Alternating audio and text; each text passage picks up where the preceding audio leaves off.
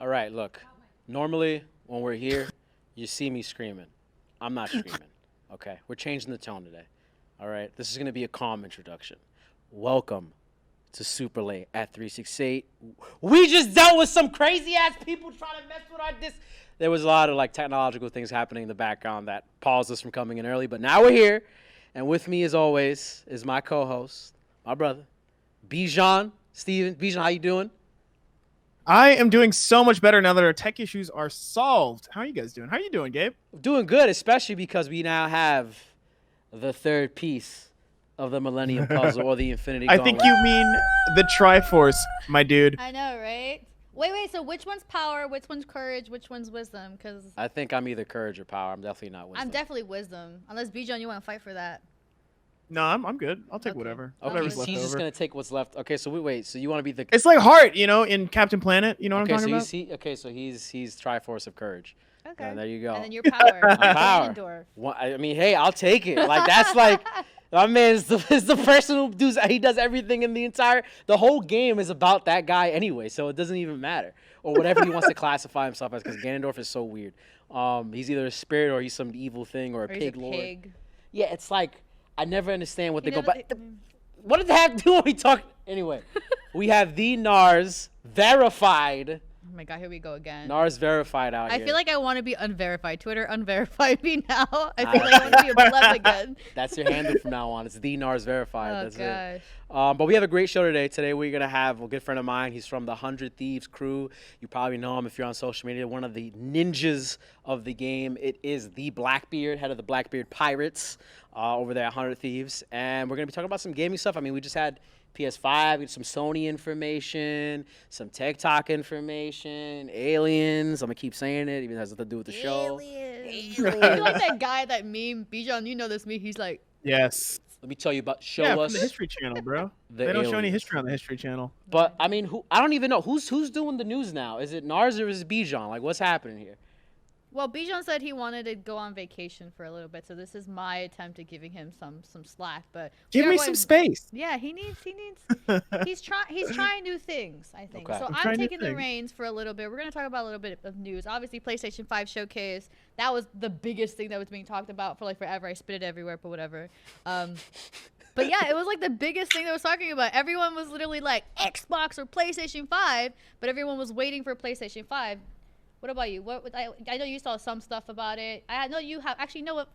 Forget you. Bijan, what are your Say what thoughts? you want to say. Fuck you. I heard what you were gonna say. You skipped it. I You was said gonna forget say you. it, but not in the sense like fuck what you have to think. It's just I know okay. I already know what It's you're gonna okay. say. Bijan, I'll what are your wait. thoughts on the PlayStation 5 showcase? It's extremely funny because I feel like I agree with Slasher's take, and he was like they bodied Xbox. I thought it was good. I thought it was like par for the course in sort of a weird year. Like it was weird that there aren't really any launch titles or exclusives, but like I guess that's fine. I don't know. I'm excited for the new Final Fantasy. I'm excited for Demon Souls. Like, I'll probably buy a gaming PC, but I think at least for right now, I think I'm gonna probably get a PS5 if I can ever get into a fucking pre-order. I don't know. What about you, Narz? What do you think?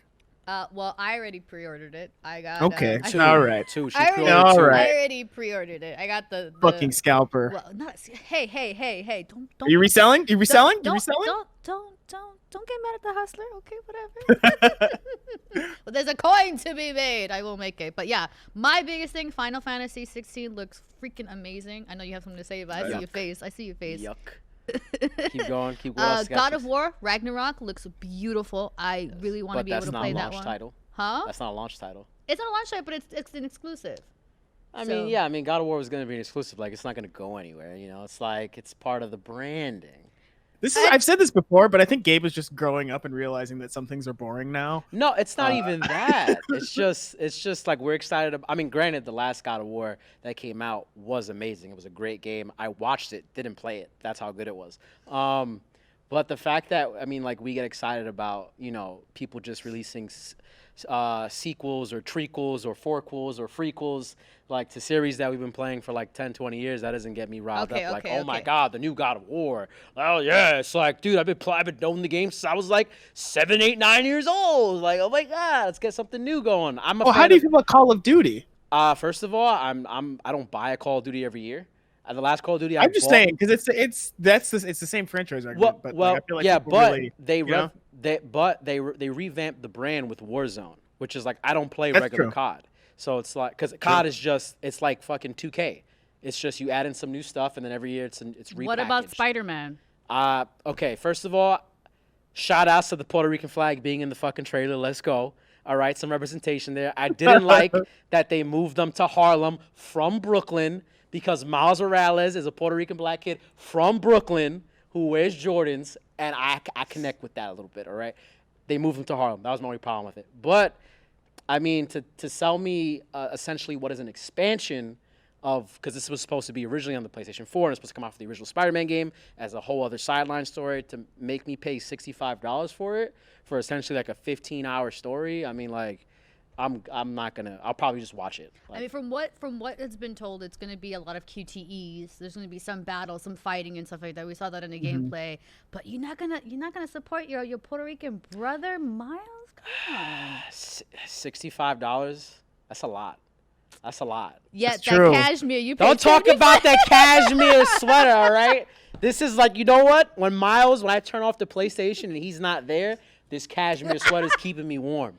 Okay. Okay.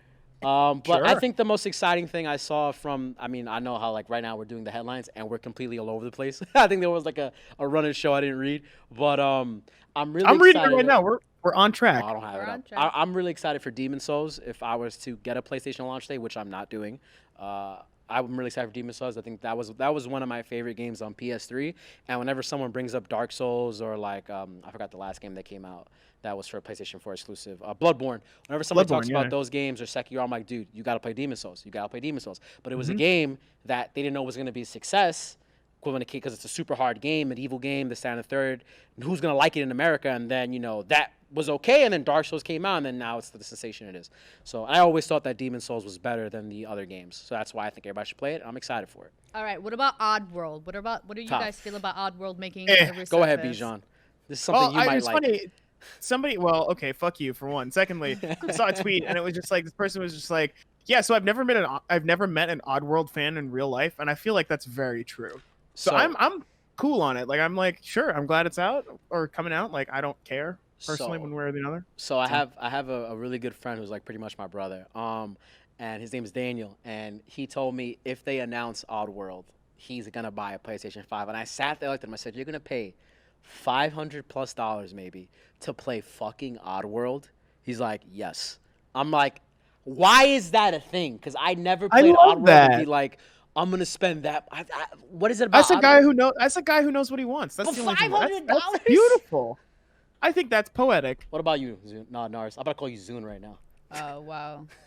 We all Wow. don't look. We're not. Whoa. Look-alike. Yeah, all y plátanos, okay? All you plátanos look alike. Wow. Sick. I see what it is. Sick. Okay. What about PlayStation 5? Were you gonna ask me?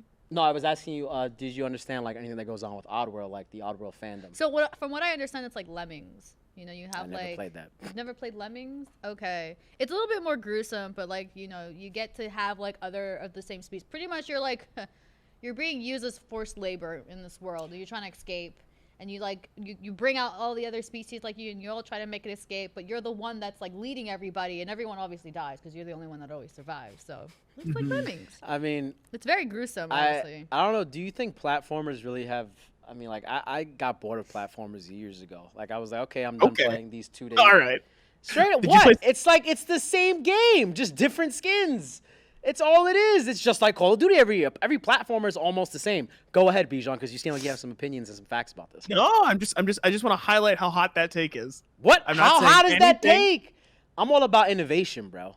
Like He's I saying need new every stuff. platformer is the same. Every Folks, platformer is the I'll same. let You go everyone in across a chat- linear 2D fucking map from point A to point B. You whatever. Maybe there's things in between that you do, but at the end of the day, it's in the same. Like Mario changed the game. When Mario got out of that 2D platformer style and went to 3D Mario, shit got crazy. All right. Now Mario Galaxy, the most recent Mario that came out on the Switch, amazing games.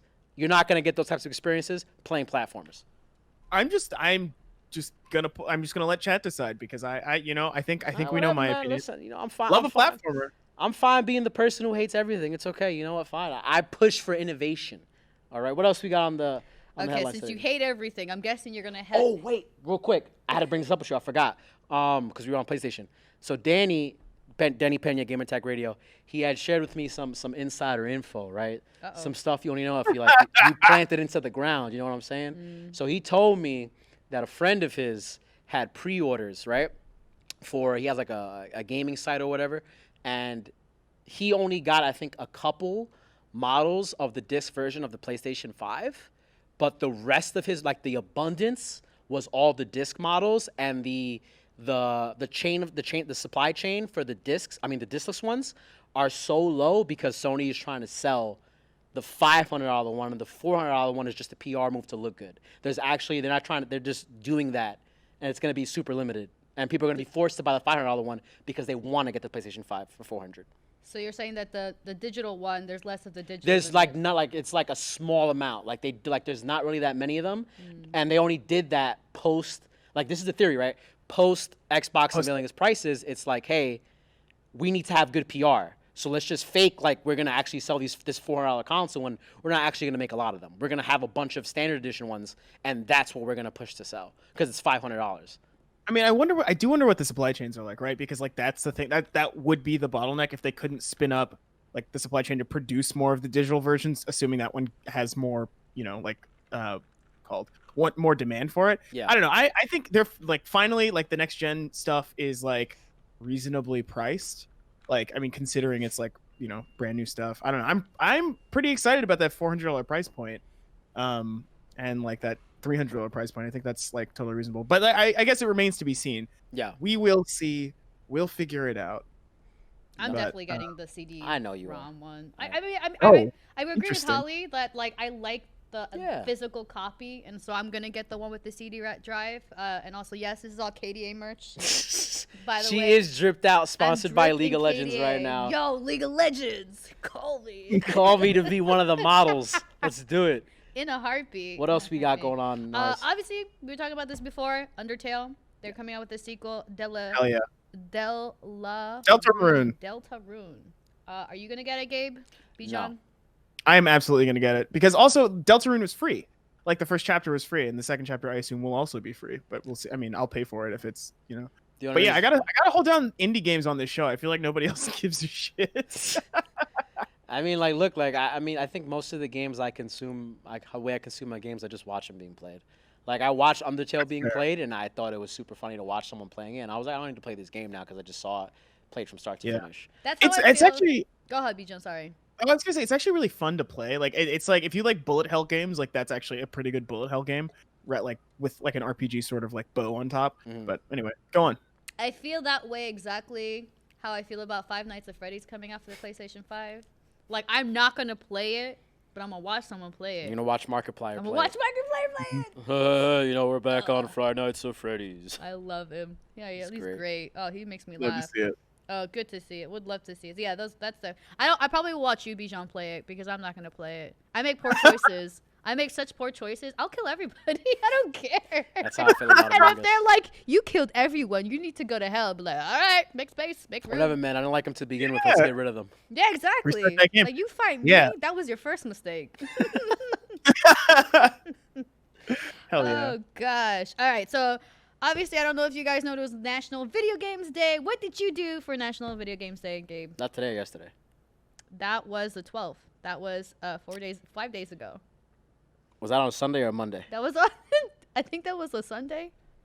That was a Sunday? Yeah. I played. It was It was Saturday? A Saturday. Oh yeah, it is. I was close. It was a I Saturday. played. Okay. So then my National Video Games Day, which wasn't intentional, was a great day because I played League of Legends all day. And during that day, I spanked a couple people in 1v1s in my Discord server who were talking shit. And we have a fight night this Friday, like rematches. But I also went up 2 promotion rounds. We went from Bronze 4 to Bronze 2, ladies and gentlemen. We're fucking climbing. Hey! This is the year we make it to silver, okay? We're doing it. I'm saying it here. I will be silver by maybe like the end of, maybe like October. I'm not going to say end of this month. October. I'm going to say October. I think Hey, people congrats, in chat Gabe. would love to help you. Come on, carry me. I play top. I play top only. I'm not going to play any other role. What'd you do for National Video Games Day, Narz? I was actually playing the new update from Grounded. Me and Holly had played it for GG reviews, and they have expanded it to the pond area. So I was literally drowning for Video Games Day. It was great. I drowned like 4 times. I feel like I've tuned into some of your streams, and it's always very funny to like watch you like God, yell. running away from spiders. Yeah, it's great. Ooh. Love to see it. What about you, Bijan? Yeah, I was playing Spellbreak. I've gotten pretty into it. Like it's nice to be like at the beginning of a battle royale, but like I also think the mechanics feel really good. It's like I haven't played a game that has felt as good in a really long time. So I was just vibing out, like shooting people with like magic spells. You normies now playing Spellbreak now that it's popular. How crazy! I was an alpha pre-tester. I mean, so was I had the beta. I just never never opened it. No, darling, darling. Yes, give a little bump right there. All these people coming into the I Spellbreak. do want to point out that Holly has pointed out in the chat that Gabe gave up on Valorant. It seems. Oh yeah, no, that's done. Gabe, any comment? Okay, so go ahead.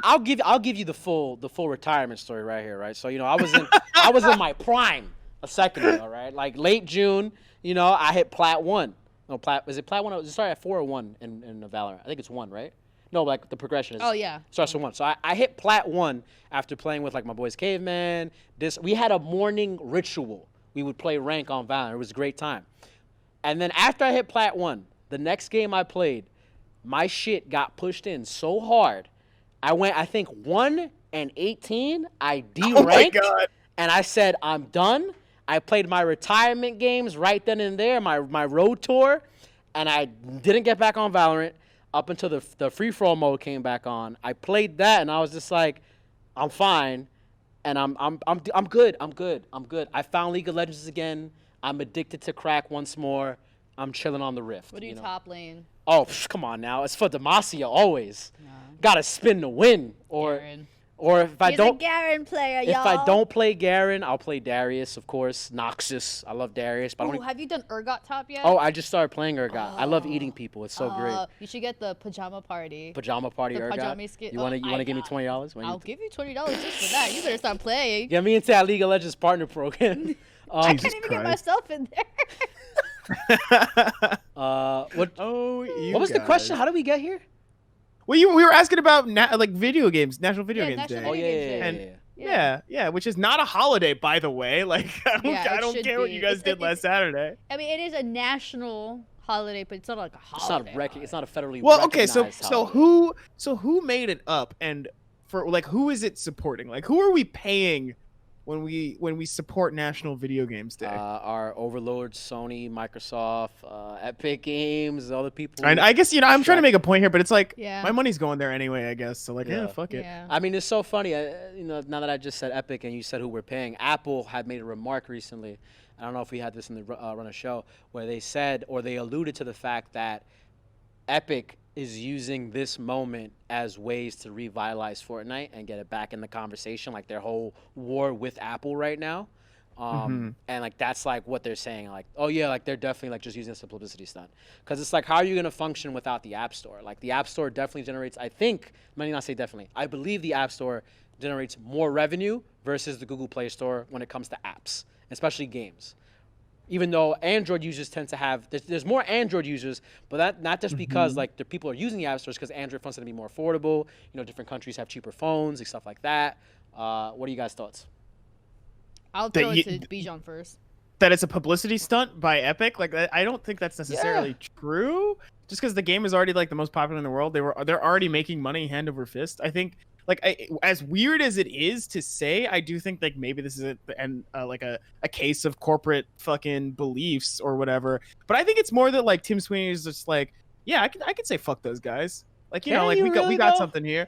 I mean, look, they clearly did. Like they clearly did try and fuck on Apple. Like bro, at one point Jay-Z took down his whole discography from Spotify, but he came back eventually. He did, but he did make a lot of money from Sprint in the meantime. You know what I mean? Like he did. He did sign that deal. Yeah, he came back on top. But I think it'll be interesting to see what actually happens. I think the other I think I may have said this before, but the other interesting thing is like watching who lines up behind like which company. Yeah. You know what I mean? So I'm in it for the popcorn. Like I'm just like I'm out here like whoever wins. Is there a We good or a probably bad guy lose. here? For Apple. I for think Apple's the bad versus, guy. Epic? I mean, Yeah. Apple technically versus Tencent, not really Epic, because Yeah, I think Apple's the bad guy just because, like, it's about like how much they're skimming off the top. 30%. And, like, You Epic, think that's too much? that's a lot. I mean, that's how much Steam charges, and people are upset about that and have been for a very long time. So, Because, like, for indie developers, that's like make or break money. You know what I mean? yeah. What about you? So- Narz? I'm literally gonna quote Kiros on this, who's in the chat. This is two giant companies having a PP contest, and that's how I feel That's about true. this. That's Yeah. exactly, and that's what just watching to see what happens, and then. Yeah. You're the Michael Jackson gif right now with the popcorn. I got my popcorn out. smile. I'm happy.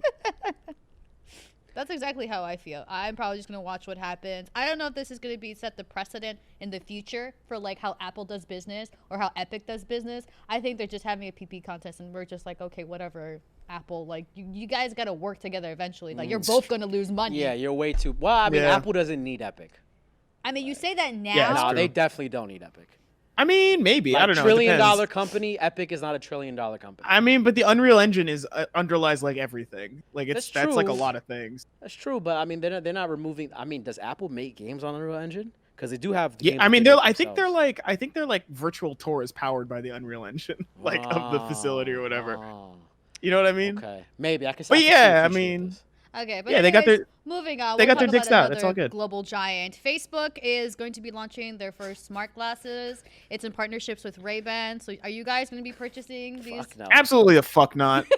I remember when we had the Snapchat Spectacles launch in New York City, and there was the shop you'd go to by the Apple Store on Fifth Avenue, plugged to Apple. I'm owned by Apple, just so you know. And I went there and I picked up a pair of spectacles, and I was like, I had the coral one, I gotta get my pink on, and I was wearing them, and I'm just like, did I really just spend like $200 on a pair of these fucking party glasses? I mean, they were cool when I wore them for like a week. Then I'm just like, I'm not gonna wear this. First of all, it's also creepy. Like, to think that you're walking around with a camera on your face and, like, someone's looking at you, press that button, yo, are you recording me? Like, no, I'm not recording you.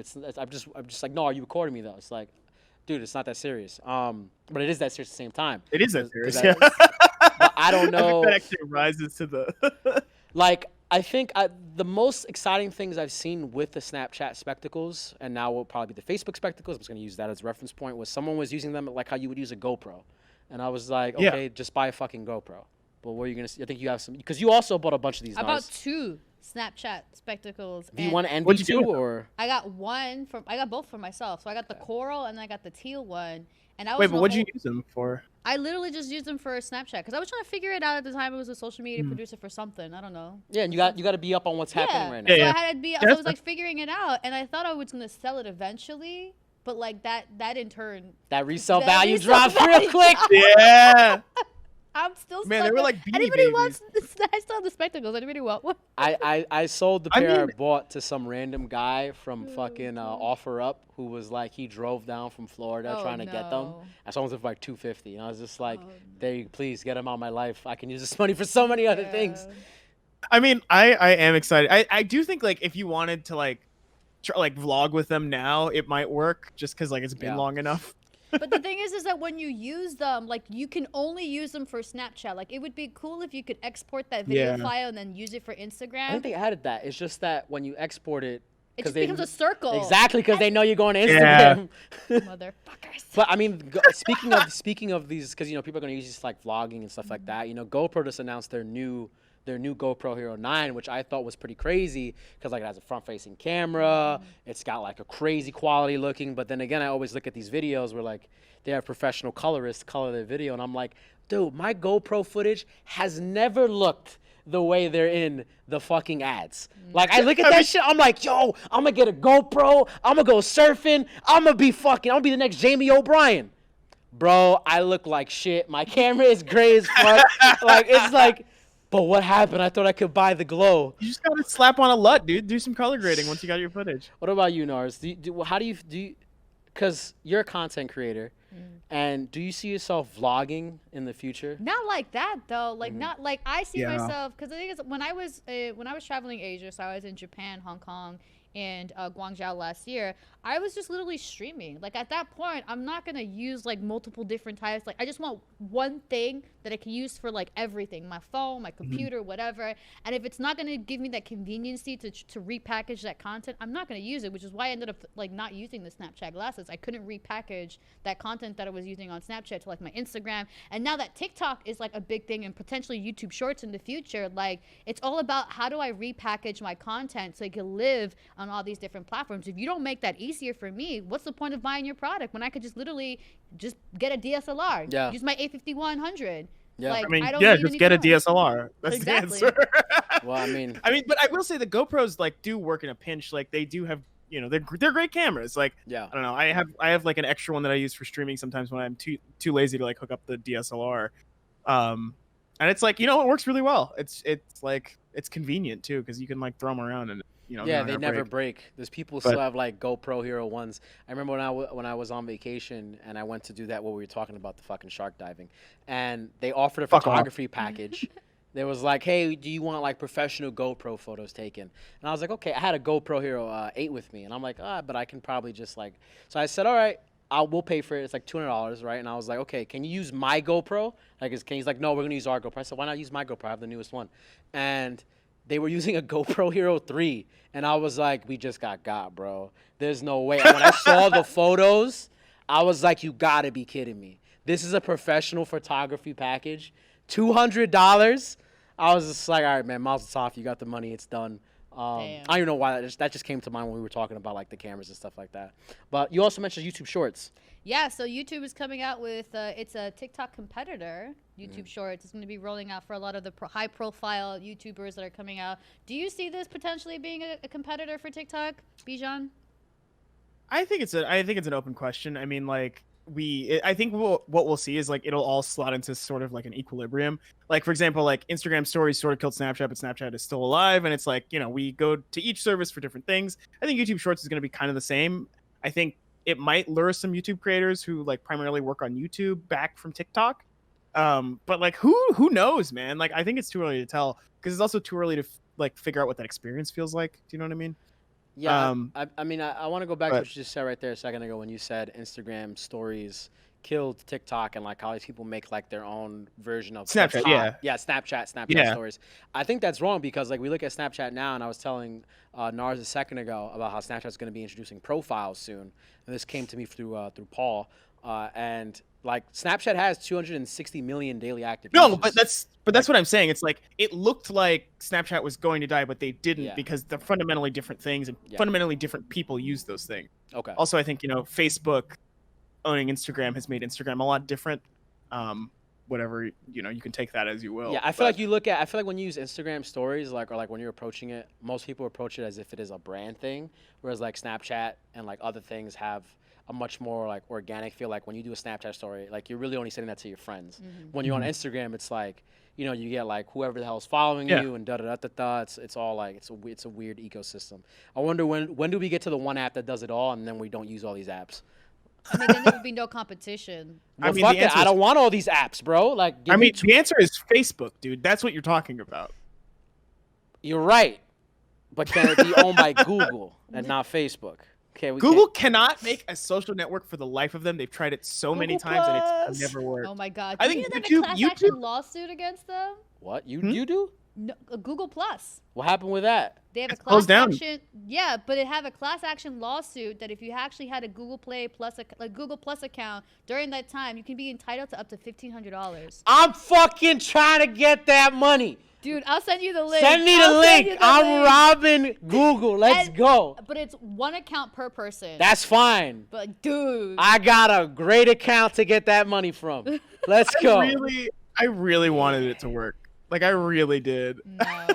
It was great. It was great for community building. Like when I first started making like Vainglory YouTube videos, I found like these little communities of mobile gamers on Google Plus, and I'd put my videos there, and like that's how I got like my initial audience. And then I used Facebook because like mobile gaming communities live on Facebook and live on Reddit and Google Plus at the time. I don't know how it is nowadays, so I don't make that kind of content. But yeah, I mean it was a cool service. It just didn't take off. It was very secular. Yeah. Yeah, it didn't have a hook really. Like it was just like I think it was actually sort of ahead of its time in the circles concept, where it's like like you don't broadcast to everyone, you broadcast to people that like and the Yeah. people that you pick, which I think is a great idea. I mean, that somebody should pick that back up. I mean, I guess that's just close friends on Instagram, right? But like, it was sort of green bubbles, but it was sort of ahead of its time, I think. Narz, what else we got on? So obviously we were talking about TikTok because it's a competitor for YouTube Shorts. So TikTok finally got a buyer, like a partner buyer. It's going to be Oracle. But it's not a buyer, and it's a weird partnership because they're not getting any of the technology. It's a weird compilation. I don't even know exactly what it's called. They're like domestic partnership. That's what I like to talk. They're not even getting. It's basically the relationship. It's all for the cameras.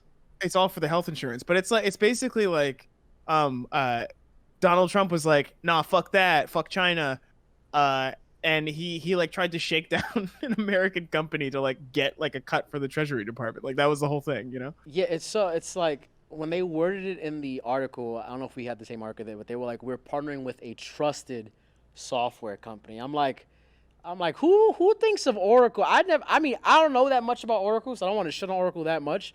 Yeah, so they're a software company that it has a very focus on OPSEC, so like operation security. Okay. They're like the go-to people to make sure that your shit doesn't get decrypted, or you can encrypt it and not have any issues. Okay, so that statement was valid then. All right. Right. But they're not getting access to any of the data really. Like they're like just sort of they're like a middleman. Yeah. They like, did say that they would be disclosing the algorithm, because I think that's what everybody. No, that's what they said in the article I read. They decided that's why that sale didn't go through. Oh wait, it didn't go through. It was just a bullshit to Microsoft, because Microsoft was trying to get the algorithm, but fucking ByteDance was like, nah, absolutely not giving you the secret sauce of Cortana. Because like that is TikTok's entire worth is the algorithm. Like that's like the For You page is like that's it. And it's genius. It is. No, that's it. Well, since we're talking about social media, and I think we had a good conversation off camera while we were warming up, while we were winding down the news section. We talked about, is there a line when it comes to content? And to preface this, I had showed Narz and Bijan a video of someone I know personally who was doing a workout video, and like they were literally wearing floss, like that. They were not wearing a bathing suit. That shit was floss, and I thought it was soft porn at that point. That's a joke I made, and I'm of the opinion that make your bag. I know Narz is also of the opinion of get your coin. I know Bijan's of the opinion of also get that bag. Like I don't think any of us are opposed to people getting bags. Okay, time out. I think for context for the people that are in chat. Sorry, I'm molting. Go ahead. You're molting? I'm molting. I do all the time. I'm leaving my hair everywhere. For context, for anyone that's like probably wondering what he's talking about, so he shared a video of a woman doing an exercise routine in literally just like a thong, and like it's like literally she's practically naked except for like a little G-string thong, and she's doing this workout and literally her butt is shaking and everything, and he said this was soft porn. And I said, and Cressa, you can write it exactly verbatim in chat. When there's a coin to be made, that's all I have to say. And like, at the end of the day, like, you're right. You know where you draw the line? That line is right there on her ass, holding up that piece of flap that is covering her coochie. And that's all I have to say on that matter. I mean, yeah, I have really nothing to add here other than I guess thanks for sending the video, Gabe. Oh my God, I blessed your feet. I mean, no, I think the conversation I wanted to have here, and it's a conversation you can have like in the chat and stuff like that, is the fact that what we were talking about, it's not about the person who's doing the thing at all. It's about how that information is like who's absorbing that information, and like how it looks to people who tend to be younger generation who's like, this is what I aspire to, or this is what I'm doing, or this is how I'm utilizing what I have. And I mentioned to you guys, Gabrielle Reese, who was a great volleyball player and stuff like that, had an interview, and she was talking about she has daughters and she has to have conversations with them, like, yes, be in your beauty, accept it, be around it, be in it, but don't make this what you're about. And I think that's the problem that I see with social media, is that, I know people, and Brandon, one of our people here, he was talking about like his sister, who was like super young, was doing the WAP dance on TikTok, and he was like, what the hypersexualized things for people who are like 7, 8 years old, who are growing up in this world where people are capitalizing on like, their body and stuff like that. And I don't know if you guys felt like that was okay or anything. I mean, I do think this is a legitimately generational anxiety. Like this happened, like this has basically been sort of a conservative anxiety for a very long time, going back to just television. Mm-hmm. Like the fucking Super Bowl with Janet Jackson, the whole boob slip thing, like that was just like one of those things where people were like, oh my god, this is going to scar a generation of kids, and it sort of didn't, just because like I mean, it's different now just because like, you know, we have a lot more, all of this stuff is more visible. But I mean, again, like you have to grow up in the world, and I think that like most parents are good enough to teach their kids like, hey, this is like, I mean, you'll see this. It's not bad necessarily. Because I mean, I want to believe that. We can't even get people to agree racism is fucking wrong. Are all parents fucking? Oh, I mean, like I mean, oh man, like to just like these are bigger issues than we can. But I'm just saying, if a simple thing like that can't be addressed, and like now we're talking about growing up in a world of like coming into your sexuality, and I think that the United States doesn't do a great job at educating people on sex ed or whatever versus like other places who are a little bit more like accepting about, you know, sexuality and body and et cetera, a little bit more fluid. And like we have a country who can't just agree on that thing, like, yo, you shouldn't fucking judge somebody based on the color of their skin. Like, I don't know, like I feel I have baby sisters. I have sisters who are young as hell. Like, if they grew up seeing whoever and they start fucking wearing, if they want to put on the bikini, like I'm gonna do this soft porn routine on Instagram, and they're like only 12 or 13, like I'm gonna look at that like, what? And that can be a thing. And yeah, like, I mean, I think it's like that bit is problematic for like a host of other different reasons. But I mean, I take your point. I'm just saying it's like, you know, like it's like the U.S. is like what I think white supremacy is like a very different example. Yes. Just because it's like that's what this country is built on. Like there's no incentive for people to like give a shit about changing that, and that's like a whole other can of fucking worms. But I think, you know, as far as sexualization goes, I think it's like, yeah, it's hard to learn the difference between what's right and what's wrong. And I think it's also important that we like teach younger kids that like this is both okay and also, you know, this is like the thing that you're seeing and want to emulate for like internet points can also be very harmful. Like it's like about teaching them that there is a trade-off, and that trade-off is important to recognize, and also that like sometimes you're just too young for that. And it's like I think, but again, like I don't think that's on our institutions or really our platforms, because like I take that back. I do think it's on the platforms, but I do not think it's on institutions like the government to like teach kids that. Like it's definitely on parents and on these platforms that like, I mean, the problem is the incentives, right? The platform's incentive is to build engagement by any means necessary. Yeah. And so like, you know, like Twitch is weirdly one of the better ones about like banning people for nudity and stuff, but it's still, you know, like there's still a lot of borderline shit on Twitch. But like, again, it's like, it's one of those things that's like really, it's like the line is always moving and it's case by case and contextual. I mean, I don't think anyone would like disagree that we shouldn't have like 12-year-olds doing the fucking WAP dance on TikTok. Like that's uncontroversial. But I do think like it gets complicated. Netflix made cuties, bro. I do want to mention that's a French film. That's a French film. First and foremost, Strawberry, thank you so much for the raid. We see you. Thank you so much for that. Yeah, thanks, Thomas. The second thing is, I really like what Cressler just said in chat. She said, kids are going to see it regardless. If you have children, you have to learn to talk to your kids. It does take a village, but don't expect people to raise your kids. Also, teach boys to keep their hands to themselves. Absolutely. And I feel like at the end of the day, like these platforms all have an age restriction on them. If you're not mindful of your kids, you know, going onto these platforms and doing whatever, then you're not parenting really well. And if you're not involved in your kid's life and you don't have these conversations with them, you're going to have these hard conversations. You need to talk to them about sex, about drugs, because you don't want them to make the mistake of going down a bad path because you didn't fucking guide them. And that's the shit that pisses me off. Parents are too fucking pussy to take the responsibility to fucking parent their kids. And then you expect other people to parent. Teachers are not there to parent your kids. Your principal is not there. Your governor, it's you. They're your fucking kids. Yeah. Take care of them. That's it. Yeah. That's what I'm saying. That's what I'm saying. It's like, it's literally on parents. Like there isn't, it's on parents and it's on platforms, because platforms also need to recognize that it's not just about gassing engagement. Okay, so I want to throw this out there real quick before we wrap this up and get into Blackbeard. Still on the same thing, right? To say that it's on the parents and not on like the platforms. You did say, Bijan, that it's definitely on the platforms to add some sort of thing there, right? But like if the thing is socially acceptable because so many people are doing it, how do you define if it's like right or wrong then? Because like if everybody's doing it, then it's okay. I mean, bro, morality is a thing. Like it's like these are questions of ethics and morality, and those answers don't really change.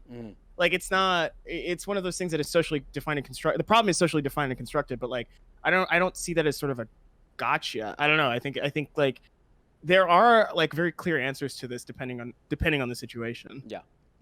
Yeah. Speaking of dilemmas and things that people have to talk about, Twitch recently uploaded a bunch of emotes that was meant to celebrate Hispanic Heritage Month on the contrast. It did not. It was immediately removed because it was super. First of all, Bijan, I really want to know your hot take on this because I know you saw it.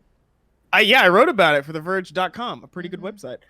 And it was it was funny because the thing that popped out to me, that stuck out to me, was like this isn't the first time this has happened in the last. It's happened 3 times in the last like 3 months that they've done something like this. Like it was like the Black Lives Matter video had one black person in it who spoke for who's on screen for 11 seconds. Their LGBT video for Pride Month had they were like the G in LGBT stands for gamer. And like people were furious about that, and then it was this, and it's just like, yo, who's on that marketing team? No idea. I mean, I get it. I get it's hard. I get it's tough. It's not. But it's like, I mean, the thing. I think the place where I landed was that like Twitch has all of these streamers who are of these marginalized groups and who are smart and who want to participate in these things, and they should just talk to them like that. It's like, it's not hard. It's not. I'm not trying to like knock Twitch for like not realizing that. I'd rather knock the U.S. Army for being chuckle fucks. But like, I think that it's one of those things where it's like it feels quite clear that the platform didn't necessarily consult the people it was trying to honor, and that is a problem to me.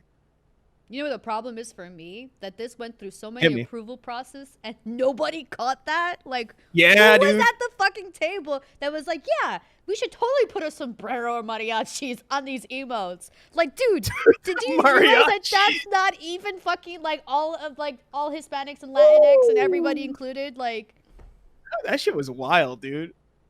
That shit was wild. I saw those emotes and I was like, nah, those modifiers. I was just like, what are you doing? Why would you do like that? You're about to say something. I need to hear it. I mean, hit it. I mean, okay, punch it. I mean, punch it. Yes, 100% fucked up, right? Terrible way to just sum up an entire diverse heritage. I mean, like Dominican, Puerto Rican, Bijan is probably some sort of Hispanic. Maybe we don't know. It's probably in there somewhere. No, actually. Oh, okay, all right. He did the 23andMe. But I do unfortunately own a pair of maracas and a mariachi hat. Sombrero, yes. So I don't think I should be. I don't think I should be defending. I don't think I have a place right now because I think they're talking to me. So I don't know anymore. Like I have the whole fucking in my house and everything. So is that the Guido? Is that what you're doing? No, you know the is that the name of it? It's like with the yeah. I didn't know the name of that for the whole time. Guido. Damn, I'm more Latin than you are. This is 100%. I'm not gonna lie. It's like who's man? Puerto Ricans are so fucking whitewashed. It's especially New York Puerto Ricans worst. And I'm a New York Puerto Rican, so I gotta accept that. We have what else? You gonna say something? Like you about to say something? Because that's big smile on your face. Is something in chat? It's like who's man? Yeah, it's not my fault. I own a sombrero and fucking maracas. What the fuck? It's like what? Gabe, guys, I think we should table it for now and get Blackbeard. We got to throw to a break. We got to get our guest in here. Okay, all right. Oh, I do want to say one thing. So Twitch permanently banned Leafy. Oh yes, we do have to. I know that you had a hot take about that. He doesn't even know Leafy. Did I have a hot take about that? No, he didn't. I was just like, I guess they followed their TOS. Like, good. Like, I mean, are you banning Leafy based on? Because like I watch commentary YouTubers. Are you banning him based on the controversy on YouTube that he had with? I think he was. Because he did nothing wrong on Twitch platform that I know. But if you read the Twitch contract, it still applies to things outside of Twitch. Yeah. I mean, like they have discretion to ban you for whatever. Just trying to find out why Dr. Disrespect was banned, dude. I don't care about Leafy. Yeah, I wish I fucking knew. That's all I care about. All I have to say is that don't come after a queen who has an empire. If you don't know, you're gonna get slapped back. Like that's all I have to say. Don't come after someone else. Stay in your fucking lane. And that's what my best friend, one of my best friends, Aphrodite, who's in the chat right now, used to say, being an edgelord is not a personality trait. And you shouldn't hide behind that thinking that's going to protect you when you start flaming other people, especially when they're high-profile people at Pokemon. You see, the problem is with like this scenario is that Leafy genuinely did not care. But that's his whole thing. He doesn't care. And the thing is, like, in 2016, he made like fucking $6 million. So like, he doesn't. He clearly cared. Because if he no. Because if he didn't care, he wouldn't come back. Like if you made $6 million, would you fucking get back I on mean, Twitch? he came back because H3 made a video talking about I would love to see if Leafy could survive in today's climate. That's literally the joke in every video that he plays at the end of the video. He came back because of that moment, and he says it every time. It's like, I don't know how long this is gonna last. I'm probably gonna get banned at some point. So it was like he doesn't care, which caters to him like attacking people. Not that it's like right or anything like that. I'm just saying like him getting banned, it just adds more fuel for him. Like, yeah, they banned me. It gives you something to talk about on Twitter. You know, his whole crew of people, Keemstar, all of them, that's what they do. And it's just like, put me in the conversation. Cardinal rule. Don't say his name. I will always bring up Keemstar. He's gonna show up in the chat. Just wait. Is that the last headline? Don't engage with Keemstar. Yes, but that is the last headlines for today. That is important. What the? I mean, there's. Yeah, we were talking headlines for like 40 minutes. Yeah, I think we're good. Yeah, dude. I was just saying, like, yeah. Let's bring on Hey, Blackbeard. Chat, you're now informed. Zune, please take us to a break. Let's get We'll be Blackbeard right in here. back. Oh my god. This guy. All right. I had to bring in some instrumentals for this because this is a fucking massive deal for me. All right. I got this guy here. He's got a glorious beard, amazing beard. I'm officiating his wedding, putting it out there. Oh my god. he's the face of the social media. He's dying right now. He's the face of the social media team over at 100 Thieves. If you didn't know, they're kind of a big deal. He carries that. He's the big body karate on the other side of the camera, the screen, whatever you want to hear. It is the 100 Thieves Blackbeard, ladies and gentlemen. Thank you, man. That is a very exuberant clap. Did you like that? Was the intro what you expected? It was good, dude. Okay. It was the big body karate. I like that. Big body karate, yo, that's the shit. His man's got the gas on the intros. I love that. It really does. You know, I never think it's gonna. Every time I'm like, is this the time it's not gonna work? But it works every time. I really want works to every fuck up, time. man. I want to come in dry and just have a brain fart and be like, oh damn, I can't do this. Bijan, do it. Or Narz do it. Now that Narz is here, yeah. I'll Do the. I want to see you do an intro. I want to see you gas next somebody time. up. Next time. Next I feel time? like this one was special because This you're is special. officiating This is his special. marriage. Exactly. Okay. Thank you. No, he's Thank you. manifesting This it. He's manifesting it. It's different. Yeah, manifesting this it. dude managed to invite himself onto the groomsmen list in the before call.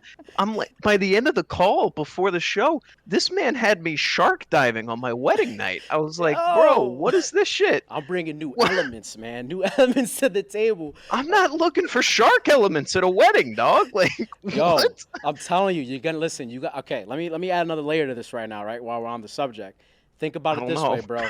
Wedding weekend, right? You get a wedding, and she gets a wedding. So you have your own day. She's got her own day, and it's like crazy type of situation. 2 different cakes. You know what I'm saying right now? Like this is big. This is big. This is Look, huge. man, I'm progressive, but I certainly don't need another cake in my life. Like, I appreciate it. We have our own little thing going on. Yeah. She does her thing, I do mine. There's most likely sharks involved in your theory of mine. But the cake is where I draw the line. The 2 separate cakes. So Blackbeard, how you doing, man? What you been doing during this quarantine?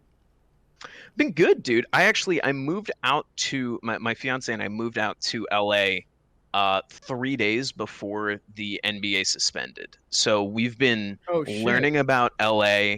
Like, dude, Tom Hanks came down with COVID. The NBA suspended. Reese and I look at each other. All our shit's still in a moving van somewhere in the Midwest.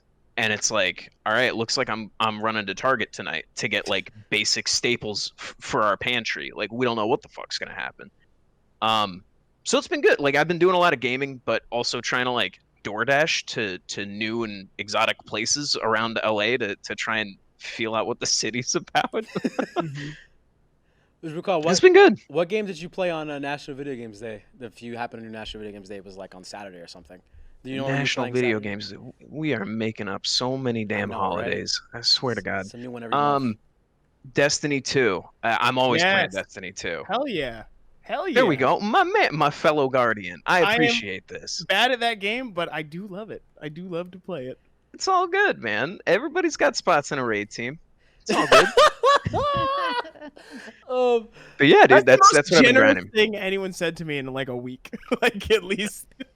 My man, I mean, we got you. Let me know next time you're on. We got you. He could have meant that like you're cannon fodder for the team, Bijan. Everybody's got a spot on the raid you team. still got Somebody's got to take the fire, dude. It's important. Someone's got. Everybody's got to roll.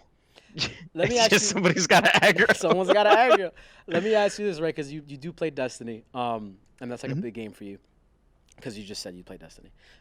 With the Project xCloud coming out and games going like cloud-based services, right? And this has nothing to do with 100 Thieves, but I just want to bring it up because we had Danny Pena here the other day who he showed me xCloud, and Destiny is going to be on xCloud. Would you play Destiny on your phone if it was like super smooth, or would you? Dude, absolutely. Okay. Are you for the Absolute- mobile well- gaming like cloud-based services?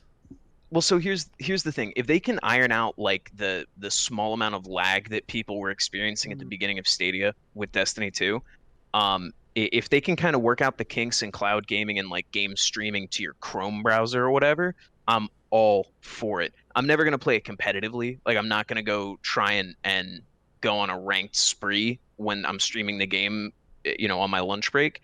But like, if I'm in a hotel or something, if I'm traveling and I just want to like grab my bounties, I want to do some I want to just shoot around. Absolutely, dude. Yeah, I would use the hell out of that. So you're not one of those people who are like mobile gamers aren't real gamers. Well, no, I mean, look, I think it's a lot bigger elsewhere in the world. Yeah. I don't think it's as big in North America, the U.S. specifically. But yeah, I mean, look, mobile gamers, it could be Clash Royale. You and I were talking about Arena of Valor on Nintendo Switch earlier. Like, it could be anything. It's as long as people are playing video games and enjoying themselves, who gives a like? We can't be gatekeeping shit like this. Yeah. Of course not. Where's 100 Thieves mobile gaming team? Where's 100 Thieves mobile gaming team? That's a very good question. And when I speak to Jacob next time, I will ask him. Dude, bro, people think that the social media guys make all the rosters. It's not how it works. I wish it was. It's not how it works. It could be worse. Being on the Also, go ahead, Bijan. Sorry. I was gonna say congratulations on a year at 100 Thieves. I feel like that just Oh, thank happened, you. right? Like, Yeah, at the Oh. beginning of July. yeah, I was perusing your Instagram and I was like, huh, good posts. I see it. I did read an interview. I want to get into this later, but I do sort of want to talk about your path to 100 Thieves, and like into like esports managing or social media managing in general, just because it's like I think all of the stuff that we do and are doing currently on this shit. This is getting meta. All of this is very new, and there's not really like a way to get into it. So I'm curious to hear more about that. But Gabe, I know you have more questions. No. We can get I mean to it later. that's totally in line with what I was gonna ask. Go ahead. Okay, sure, yeah. So like I read in an interview with I think it was some esports trade publication when you were at Optic Gaming about like how you sort of got there, and was it like you were playing Destiny with a guy that you met on Instagram? Yeah, dude. So I want to preface this whole thing with like my story of how I got into esports is not at all indicative of what like the normal person goes through when they're getting into esports. So I had a buddy that I'd been gaming with for years. He got scouted to be part of early stage Infinite when they had just kind of partnered with Optic Gaming. And I was working a job completely unrelated to the gaming industry. And my buddy, who I'd known Old Man Mikowski for years, he says, we're looking for a social media person at Infinite. How do you feel about like Frisco, Texas? Like, would you ever want to move out here? And I was like, I'm not opposed to it. It seemed like a complete fucking moonshot. And I was like, you know what, why not? So I applied. I had a half-hour call with the VP of marketing on a Saturday morning that turned into a 90-minute call because we were vibing. We went back and forth a while, and we ended up landing on an employment agreement that kind of made sense for me. And yeah, I mean, it was very happenstance. It was like a dude that I had met and gamed with for years got into a position where he was like, I actually have somebody that I think might help. And yeah, I got a foot in the door, and So I don't know. I guess I've been doing okay. Fuck. I want to flip that on you, because like now that you're in a very visible position within the esports industry, like have you felt or seen things formalizing in that specific direction? Like do you feel like there's more of a path now, or is it still just like a foot in the door happenstance? Like, because I know both have their place, but I'm really curious about like if there's like a more traditional, so to speak, route into like doing what you do. Absolutely there is. I think now more than ever, there are LinkedIn posts, there are hit marker posts, there's eFuse posts. When a team is looking for a spot to fill, it's not necessarily whether or not you know somebody over there or you have the right connections. Like if you qualify, if you can do that job, there are opportunities for you now. And I don't think that was the case as few as like 3 or 4 years ago. And I think prior to that, it was all like connection based. And don't get me wrong, those absolutely help. You know, the backdoor side of things always helps. But if you are fresh in the industry and you think you have what it takes to kill it, yeah, there's more opportunities now than ever. And it's that barrier for entry is a lot lower now than it used to be. Why do you think that is? I think part of it came with the investments into so many esports like organizations, right? Like you have VC involved, you have big investments made into companies. Obviously, they want to see those sometimes smaller organizations grow to be something that can sustain a larger team. You want to see the organization grow. You can't do that with the same 5 people that founded it, right? So there's a need to legitimize the whole process from like recruitment all the way to career planning, all the way to like, getting references, right? So, yeah, I mean, it's 100% due to investment. Yeah. Gabe, please. Yeah, also, no, wait, sorry. ahead. One last thing. One person in the chat keeps asking what headset you're wearing, Brandon. Oh. Or Brandon. Why is it Brandon? Blackbeard. I am wearing the JBL Quantum ones. Oh, Ooh, available those are now. sick. Active noise canceling. They light up. God, these things are sick. And they sound. Sorry, that was the one plug. That was the one plug. Good plug. No, just to piggyback on what Bijan was asking you. I mean, there were 2 things that stuck out to me in like what you were talking about. We were talking about the formalized path to getting to like how social media managing, community managing, whatever have you. Now you have Hitmarker, eFuse, etc. Right? You guys recently had an intern who I forget his name. I think he was an 18-year-old kid. How did that happen? Because he was just posting like really funny stuff on the 100 Thieves social channels, and it was like I didn't get the full story on how that happened because it was like really unconventional how he got the job. All right, man. All right, dude. Wherever I go, this kid, JHB team, he plagues my existence. This goddamn intern. No, James was so James is kind of an interesting hybrid role, right? He obviously has a like demonstrated prowess for social media management, social media marketing. Like he himself has succeeded at that at a very young age. So we immediately see like the positional potential for this person, the professional potential as like somebody in my role, right?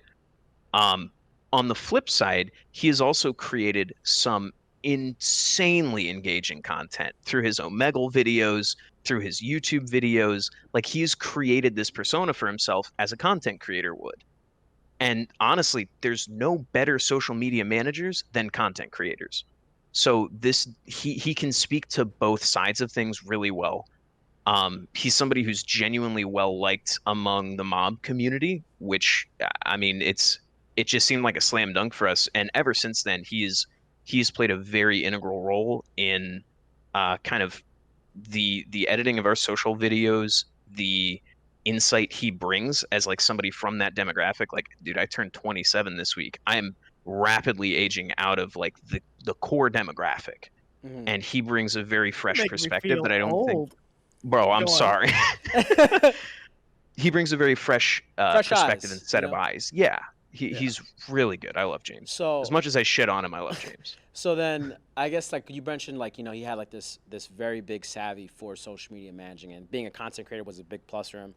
And I know we went through a recent controversy with Fall Guys and Oliver, and I forgot one community manager. I think it was for an Ubisoft game. I'm not gonna say his name or anything like that. But what are examples of what you think of bad community managers or social media managers? Because you said like there was that, like, this guy James is fucking talented, right? He's good at it. Oh yeah. Well, I mean, it's hard because as we've seen with Fall Guys, there are community managers who do a great job, but because every team's composition is so different, you really don't get a feeling for how much impact the community manager has on total brand decisions. in Oliver's case and in Fall Guy's case, he had an incredible amount of impact, and he called that shot. Like in January, he shared the deck slides where he went through exactly how he was going to do it. And then you look at the Fall Guys socials, you see exactly how he did it. He laid it out, he executed it. It blew up, right? It's hard to tell when community managers aren't doing a great job because in a lot of cases, it's not necessarily their fault. There are mechanisms above them that are kind of hamstringing their ability to talk to the community and to be transparent and to create marketing in a way that's really authentic. So I wouldn't be able to point like a specific finger, but I hope people understand that like when community managers can't talk to you about something, it's not their decision. I'm pretty sure that every CM in the game would love to talk to you about everything and why they can and can't do some things, but like oftentimes it's not their call. Is there a differentiation? If I hate that word so much I can never say it. Differentiation, right? Narz is right. Right. Difference. Difference. Yeah. I feel like okay. I feel like I've read that word before too. Anyway, is there a difference between a social media manager and a community manager? Yes. Okay. That's a very good question. So the true answer is yes. When the publisher or the creative agency or the team is built out fully, yeah, those two roles very, very different. In reality, what ends up happening in a lot of cases, especially with teams, is that there isn't necessarily a dedicated community manager. It's more a one-man or one-woman social media army that advocates for the community to the organization about changes that they have seen feedback on where fans want changes.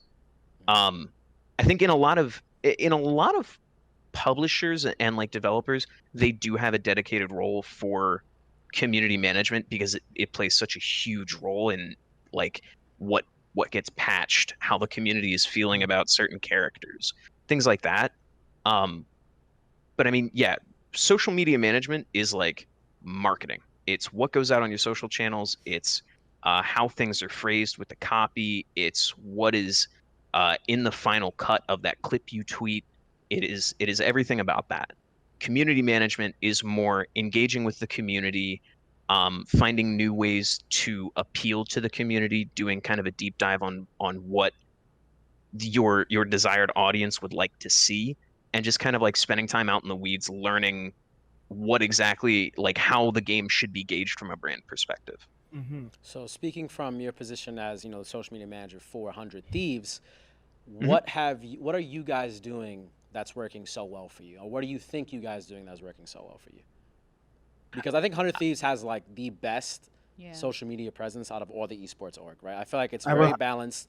Everybody gets their burn, whether it's the esports side or the content creator side. And I think that a lot of people want to model themselves after the 100 Thieves like framework or like the style that you guys and the ambiance you're building around the brand. I appreciate that, man. It's definitely not because of you. Well, I mean, hey, look, I'm the first one to tell you there are so many people involved in like everything that we put out. Our content team, fucking killer. Our marketing team, best in class. So it's definitely not a one-person army here. I will say that I think it's a combination of things, right? It's a combination of vision that was very clearly and abundantly provided by Nadeshot, right? He came in, he knew exactly what his vision was for 100 Thieves, and then built that. It is very clear. People know what we're about for the most part. So it's really cool to see come to fruition more and more each day. But I think the other thing, like just speaking personally, my whole idea for what we're doing on socials is like a lot of teams talk a lot, right? They're sending 15, 20, 30 tweets a day on everything that's going on in their organization. That's dope. But with us, I wanted to take a more minimalist approach and establish like this level of trust with our fans, right? I want people to look at our socials, and when we talk, they know it's gonna fucking kick ass, right? They know it's gonna be a banger. And when you develop that trust with your audience, all ships rise, right? So now your branded posts, because you have created value with your audience, your branded posts, they look at that and they like it because everything else you're doing, they like, right? So every part of what you're doing is elevated. And I think establishing that trust with fans is not something that a lot of organizations get the opportunity to do. And I think it was done extremely well before I came on with Julia and Anna and Dylan. And it's something that it's been a joy to uphold, honestly. Like it's all about trust. And I think a lot of people see social media as like tools, right? Like Twitter is a tool, Instagram is a tool. You build great big things with tools, right? You build skyscrapers with hammers and screwdrivers, yeah? Yeah. But you don't grow something with a hammer, Yeah. right? What we're trying to do is grow an engaged and just exuberant community. And that's what everything is gauged towards. So I do have a question for Go ahead. you. What's the hardest thing that you do every day? Like, what's the hardest part of the job? Part of it comes down to, like, in some cases you have to react very quickly to gaming news, right? You have to see something, process it, understand its implications if you address it on your social feeds, and then do it in a way that is very authentic to the brand. So not just my voice, but like the brand's voice, and do it in a way that is very intentional and aware and sensitive of what current global topics are, right? So you have to make sure that what you're saying resonates with your fans, doesn't cross a line, doesn't burn bridges. It's a balancing act, right? To be funny and engaging while not like really throwing a lot of shade unless you want to. That's I think the hardest part is like being creative within like guidelines in a very short amount of time. Okay, so great. That's actually, I love that, like where you were just at right now, the guidelines. Have there been moments in when you guys or you have crafted like a tweet or a post that wasn't in the guidelines that performed really well or didn't perform well? Are there examples of moments that you would like to take away, like that's happened, like as things that you've posted about or like have put out via your social media channels? Is there a bad 100 Thieves post is what I'm asking? There was one bad tweet that I sent when I was with Optic. It was when, and I remember it super vividly because it plagues me to this day. I hate it. I was still very much in the position of learning what Optic was about, right? I came in with Infinite, and I knew about Optic at the time, but I wasn't the most well-versed person in the world, admittedly. There were way better people for that job than me. But I was there and I wanted to learn and make the most of it. I sent a tweet when Shroud announced his retirement from Cloud9 that was just like the eyes emoji. Mm-hmm. And that tweet, like I heard feedback from it afterwards, and it was so out of line with what Optic did. Really? That tweet it was just an eyes emoji. But it was so out of line. Why was that Oh, a dude, line? Why was that a line? It's just an eyes because emoji. it was against like what Optic stood for. Like this dude's announcing his retirement. He's one of the biggest content creators in the world now, Yes. right? And the fact that we had done that from the brand account, despite the fact that like that was signed off on by like my higher ups, and we were all just kind of like, yeah, why not? It wasn't in line with the culture of Optic.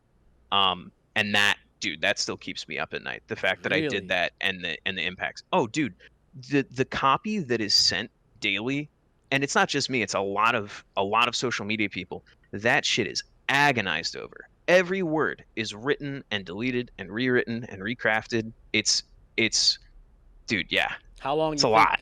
how much man hours go into just crafting one post, you think, or like one tweet? We'll keep it simple. It's not even a matter of hours. It's just like how much collaboration is there. It depends on what we're talking about, right? Are we announcing the Cash App compound, or are we announcing a content creator, or are we sending, the tweet we sent today about the Courage and Nade Shot show with Crim6 and Clayster? It depends a lot, but there's significant work underway for everything that gets posted. So what has been recently? You talked about how everything's a tool, right? What has been 100 Thieves' strongest tool you find? the that's tough, right? Because our Instagram is massive. Yeah. Our It's StockX. I know that's your strongest tool. it's The resale value on the clothes. I know.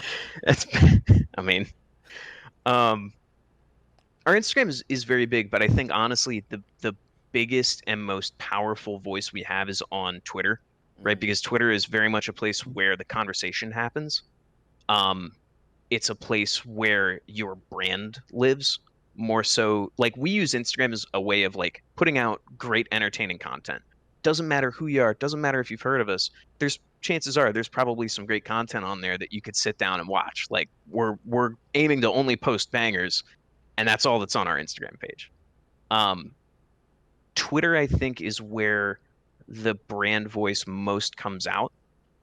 It's where the announcements come out first. It's very much like us, you know. If you want to know about us, that's where you go. And so yeah, I think that's probably the biggest tool we have. It's interesting, yeah, because I feel like Zune was saying this the other day, and she was saying Twitter is like the gamer LinkedIn. Like it really is where the industry goes to talk to each other, which I think is an interesting. Like I mean, it's funny because like the clout that you have on your Twitter account does reflect that, right? It's like, yeah, it's important because like everybody who matters in gaming pays attention to like the 100 Thieves Twitter. Yeah, I mean, that's really interesting. I don't know. That's, I mean, just on what Zune said, right? Like, Twitter is the gaming LinkedIn. 100% true. 100%. I've made more meaningful connections. I think I tweeted this a while back. I've made more meaningful connections with people through Twitter DMs and just by like sitting down and gaming with them than I have in ever on LinkedIn. Like just in the past year on Twitter, it's truly an incredible place to meet your peers, meet your colleagues, and to just really get a vibe for where your audience is at. So I wanna actually do like a weird little thing for me, right? I tweet from the 368. He knows what I'm gonna ask. I tweet from the 368 Twitter, and a couple of us do tweet from there as well. It's a collaborative process. Everybody has their own different tones. Usually, when it's me, I'm either asking a question or saying something dumb. Usually, is what I'm doing. Could you look at our Twitter and like give a thumbs up or thumbs down on tweets? Like maybe like five tweets. You don't have to not have to be crazy.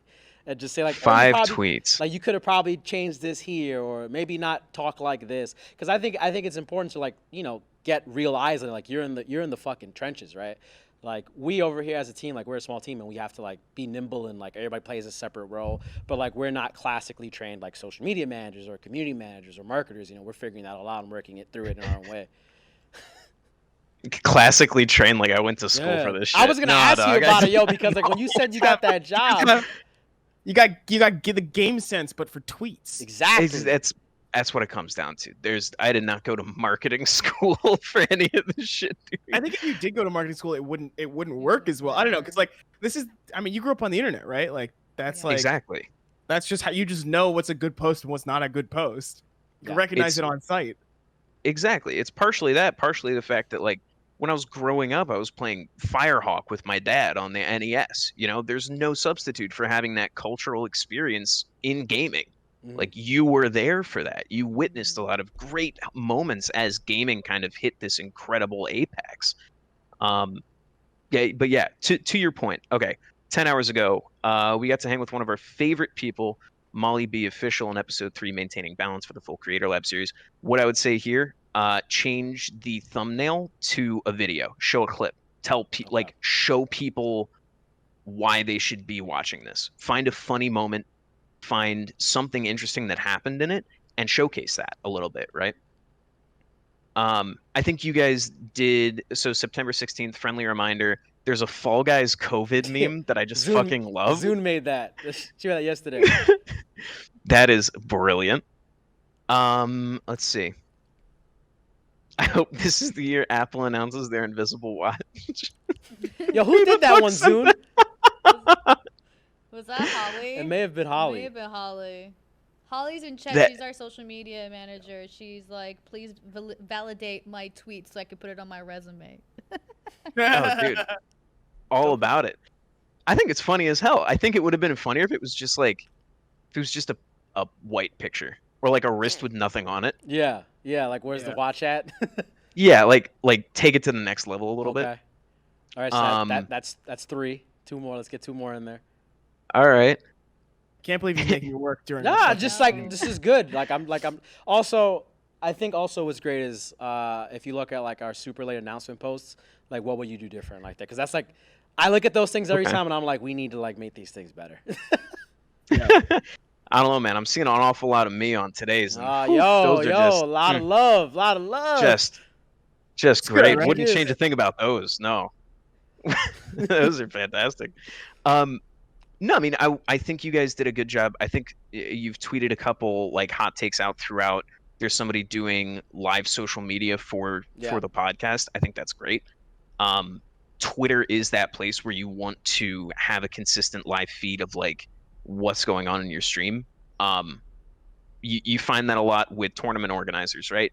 ESL, CS. They are tweeting out highlights from the matches constantly, if not round by round, then every other round.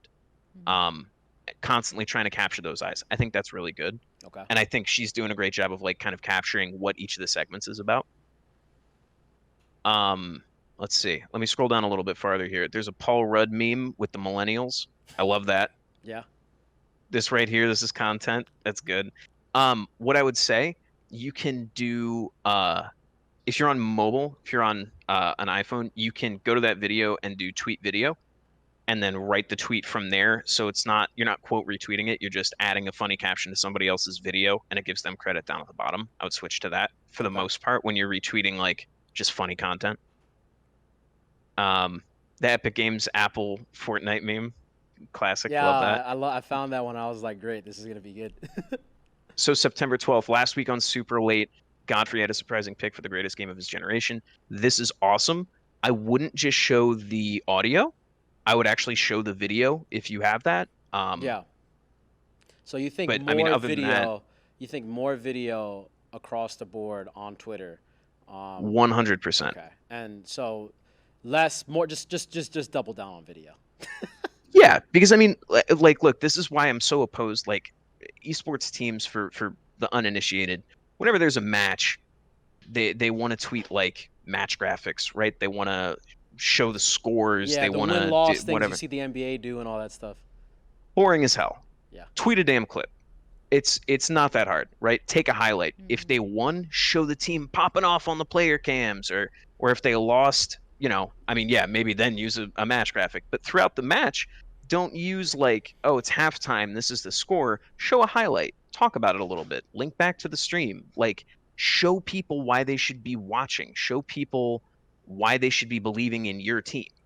Okay. Instead of just like putting up this bland graphic. Everybody's got graphics. Not everybody has a cool highlight, you know? So for the Courage and Nate shot show, because what I think you were referencing right here with the Danny thing was like the audio wave clip. Do you guys do any of that for the Courage and Nate shot show to promote the podcast? Because I know you guys like that. It's a show, it's a podcast as well. You guys just do highlight clips and that's it. So yeah, I mean, we've the way we tweet out YouTube videos has undergone several iterations just to make it the most kind of engaging it can be for socials. So like YouTube, it's gonna do great, but how can we take that content and package it in a way and frame it in a way that does great on Twitter or does great on Instagram? And sometimes that's not like big, long excerpts. Sometimes it's just a funny clip like what we did today, where it's just like a minute and a half. It's a funny moment. It doesn't address anything crazy, but it's like it gets you in the door. So let me piggyback off of that because I do have a question about that. Like as a content creator, like obviously there's social media managers, there's social media interns that are in the chat right now. How do you repackage content from like YouTube and then distribute it to all the other social channels? What would be like kind of like the tools that you use in order to make that one content and then shrink it or cut it to other ones? So the best thing that I could say is take the best moment from your YouTube video and tweet it. You're not going to cannibalize viewership. A lot of people worry about cannibalizing viewership. No, the majority of your YouTube viewership is going to come from YouTube, from Discover, from your sub box, from like YouTube inherently, right? What your goal is on Twitter is to get people in the door to your YouTube channel. So why not put out the best clip you have? Like if you look at the click through on tweets that include links, if you look at your traffic, like you have it on your creator dashboard, you can see where your traffic is coming from. A very, very, very small fraction of that traffic actually comes from another site. It's mostly all YouTube. So like take the best clickbaity part, throw that sucker on out there. So speaking about click-through rate, which I think, because we're talking about YouTube right now, it's super important, right? Mhm. People need to click on your video. What have you guys found, or maybe what have you found, has worked really great for your YouTube thumbnails? Like, what are the things that you're looking to have in a thumbnail? Like, is it a big face? Is it like is it that? Because I get annoyed of seeing those all the time. The, oh my God! Those never get old. I'm honestly, that is out of my wheelhouse. Okay, all right. I will tell you though, Cesso HQ at Cesso HQ on Twitter, he is our graphic designer at 100 Thieves. He is also a YouTuber with 100,000 subscribers and does tutorial videos on graphic design. He is an incredible, incredible, incredible part of our team, and he is a unit when it comes to thumbnail design and just graphic design in general. So he's the place that you want to go for that stuff. It sounds like a lot of you. Just go ahead, Bijan. Oh, I do have another question for you. Just sort of on this note, like you're verified on Twitch. Like you yourself make things. Like you make things online. You're a content creator. How do you think that plays into your job? Like how does it make you like better or worse or different, or like what does it do? I think it helps a lot, right? Approaching, especially with 100 Thieves, because we're tied in with creators that aren't necessarily signed under us. It's just like, you know, they're also gamers, and they're like kind of tangentially part of our universe, right? I think approaching social media with the mind of like not beep boop corporate brand bullshit, but like more of a human touch and more of an element of like 100 Thieves is one of your favorite creators, and like they also have a group of creators with them. Yeah, I mean, I think having an eye for that, and also being able to identify a piece of content that like our content team creates, and understanding, oh, with this I can make this line happen. I can create a reference back to this other thing that we did. I'm not explaining it very well. But yes, it does help a lot. What it sounds like you're saying is it's taught you how to think about doing things for the brand. Exactly. In a very specific way.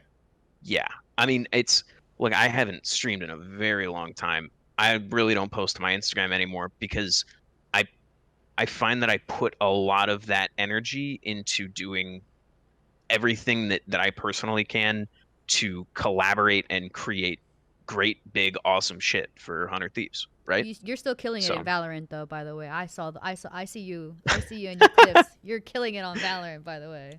I appreciate that. That was that opening beta weekend when nobody knew how to use anything. That's right. That's the best time to farm clips. Hell yeah, dude. As a matter of fact, since Narz brought up Valorant, I mean, this probably can't be confirmed, or if not, is it true that that Ninja is trying out for the 100 Thieves team? I personally, I have no idea. God I think, damn it! I hope he is. I think it'd be cool, but I have no idea what the status of 100 T Ninja is.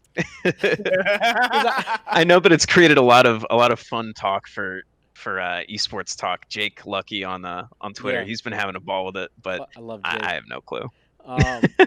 When it comes to, since you are at the forefront of the social media side, and I'm pretty sure people are always tagging, 100 Thieves on Twitter, your notifications are probably always blowing up, or you personally, like, people like tag you and stuff. Do you guys use that, or do you participate like in some type of scouting things, like, this content creator is pretty cool, you should look at them, like, because there's a lot of people who were really good at Valorant when like it was first coming out, right? And you guys were establishing who's going to be on our team, and I know there was a lot of people who were like on the board there and like where you find them, or is it just like you have an actual scouting team that does that? So we don't have anything like a formalized scouting team as much as like everybody just kind of has eyes out, and that whole process is headed up by Jackson Dahl. He's like our director of Jackson. Dude, I love Jackson. Fantastic dude. But yeah, he heads up basically all of that, and like kind of his ear is always to the ground. So it's everybody just kind of keeps a lookout, and we end up running it past him at some point, and sometimes it's a great idea, sometimes it sucks. That's the nature of it. But yeah, it's everybody. There is no formalized like scouting process. I don't think it's Okay. just everybody's on the lookout. So I wanted to take a step back because I think this question either wasn't asked or I didn't get the clarity on it. So when we were talking about your history and Bijan was bringing up like, you know, your whole come up story into this into this business, and you were mentioning that you were working a job before you worked with Infinite. Were you doing social media managing before, or did you just okay? Because I was like, you Yeah. just jumped into a brand and then into an even bigger brand. It was just like, yeah, I can social media manage. It's just post a tweet, post a photo, ha ha ha. No, I mean, I had been working in social media management for a few years. Completely different category. I was working in the automotive vertical.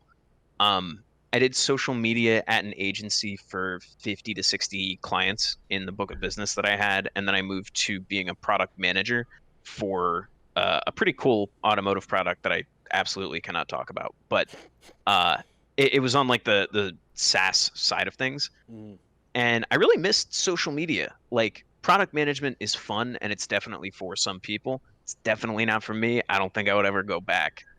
So when this opportunity came up, it was just like, because I'd been gaming the entire time. It's like, oh, cool. The thing I love to do and the thing I love to do for a job, boom, Yeah. no brainer, you know? So to piggyback off of that, what would be kind of like signs that someone would be a good social media manager for esports and gaming? Like, let's say someone's like looking at you, they're listening to what you're saying, and they're like, I think I can do it. What are some qualities that you need to absolutely have as a social media manager for an esports team? That's a very, very good question. I think first of all, having a body of work that you can point to is super nice. So like I did a Twitter moment for some of my favorite moments from the past, like, year that I'd been working at 100 Thieves. Having a folder or a document or something like that, if you've been in social media for a long time, of kind of your things that you personally are proud of creating and proud of playing a part in bringing to the people. I think that's a huge thing that you should just like come to the table with. As far as like character traits and kind of, I'd say the ability to collaborate really well. So like there are some tweets where I'm just like, yes, I know the copy. I want to send that. Boom. And because I know like our audience, I have a pretty good feeling that it's going to do well. If you are able to critique yourself and say, this is good, I think it could be better, and you reach out to somebody else on the team to kind of get another set of eyes on it, I think being self-critical and being able to collaborate in that way is very, very helpful, because it helps you cut down on a lot of just like wordy bullshit that I think a lot of tweets suffer from. If, what is it? The quickness is the essence of wit, or whatever the Brevity. saying. Yes, brevity is the essence of the soul that, of wit. Yeah. exactly. So omit unnecessary words, essentially. Yeah, it's like how can you say this in the best way possible that it's just like you read it, it's not a crazy long sentence, it just punches you, you immediately know what the tweet is about, and it leaves a big impact, and once it leaves people wanting to see what you're talking about. Being able to collaborate and identify when you've reached that point, huge. Communication skills are a must-have. Like you need to be talking internally with partnerships, with your content team, with your managers, with everybody across the board. You need to be able to kind of convey what's going on in the community, how things are doing, and be able to read what's going on there. Even if you have a community manager, it's really important to know kind of what the temperature of the community is, because at the end of the day, you can have a community manager and you are still responsible for creating great content that people like. So maybe you have to frame it a little bit differently because the fans are angry about something, but like being able to read that room It's very important. I wanted to. Oh, go. Sorry, no, you're gonna keep going. No. Go ahead. No. I'm just going on at this point. No, keep going. Keep going if you still have more on that bit. I'm sorry, I started to cut you off. No. It's at the end of the day, I wouldn't necessarily recommend, like, if you've never done social media management before, I think esports is a pretty steep curve to get on. Why do you think that? Because I think if you aren't a gamer, like, think if you've never worked in social media before and you've only played a few games for a couple of years, the cultural depth that you have to be aware of is just immense. You have to know what's going on. It's definitely not necessarily an entry level social media job, but if you have been doing social media for a few years, you kind of get the vibe of what working for a brand and managing a brand's page is about. Yeah, I mean, absolutely. Apply wherever you can. Shit. So what I was gonna ask, because I like when you're talking about like the brevity quote, and what's the best way you can say this thing, right? Like, the nice airy thing. Mm-hmm. What is too long of a tweet? It depends, right? Depends. It varies a lot. It's the answer to almost all this is like, it depends. It depends on what you are trying to get across to people. Sometimes I tend to, though I might be like wordy in person, I try and pare everything down to just as concise as possible when we're tweeting. It's about, because, like, think about how fast you are crushing your feed, right? Think about how fast you are scrolling your Twitter feed, scrolling through Instagram. Like, you only have, in some cases, a fraction of a second to appeal to people. What is going to get them to stop, watch your video, and engage? So it's keeping it short is definitely, like, a sentence is ideal, I think, in most cases. Okay. But like, when there's a big brand announcement or something, dude, go ham. If it's something that's massive for you, make sure you let it be known that it's massive for you. Make sure it comes across that it should be massive for your fans as well. It is really funny that you say that, because I think half of social media is training people to like know when those things are happening. It's just like, and you have to like tell people to be excited about things, which is really funny, because you'd think it would be self-evident. I think that's sort of like, at least my read is like, that's sort of the common wisdom. But yeah, if you do cool stuff, you got to tell people to like, hey, we did cool stuff. That's And exactly it, dude. Train them. It's really weird. It's like it's like, yeah. No. Well, no, and I mean, it goes back to, like, if you want engagement, ask for engagement. You would think that, like, people will like it just because it's a cool post and because it's, you did a good job, it's great highlight, whatever the case may be. But if you're like, yo, like this tweet, people are like, fuck yeah, I'm liking that tweet. In most cases, some people are turned off by the whole thing. I remember but we've had situations where we've done, I think the one that I was really fighting for, we have to include like and retweet this post, was when we gave away our Nintendo Switch. And I'm sitting, we had an Animal Crossing Nintendo Switch giveaway, and that was when, like, you couldn't get Switches, and of course you couldn't get an Animal Crossing Switch. So I'm like, we have to put in this thing retweet, because I know me, if I saw this fucking tweet and all it said was like this post or whatever, and there's no retweeting, I am not sharing that post. I'm trying to maximize my opportunity to win that Switch. Okay, I need that. I think we have like a weird, like, to your point, like, people have like a weird thing of asking about engagement. And why do you think that is? Because I think it's some, like, I used to definitely be of the mind where it's like, it's kind of cheesy. Like, you should doing that. At the end of the day, like, the numbers speak for themselves, right? If you ask people to tag a friend that does blank, you're gonna get more people that tag a friend. The post is going to do better. I mean, look, and like, don't abuse it. It's not every fucking post. You shouldn't be doing that. But like, I don't think there's any shame in every now and again, you just put out a shit post, or you're putting out a tweet that's like specifically for, dude, Discord does it the best. If you ever look at Discord's Twitter, shit posts for days. It's amazing. But there's I feel like we have this weird, like, there's no reason to be afraid of doing that every now and again. No. Okay, so I had two things that pop up when you started talking about shit posting. So as we're all using social media, right, and we're kind of being like our own PR persons, and some people are working as PR for companies, et cetera, et cetera. We have people who have the dark Twitter, right? Like the perfect example, Valkyrie has Ray Chill, right?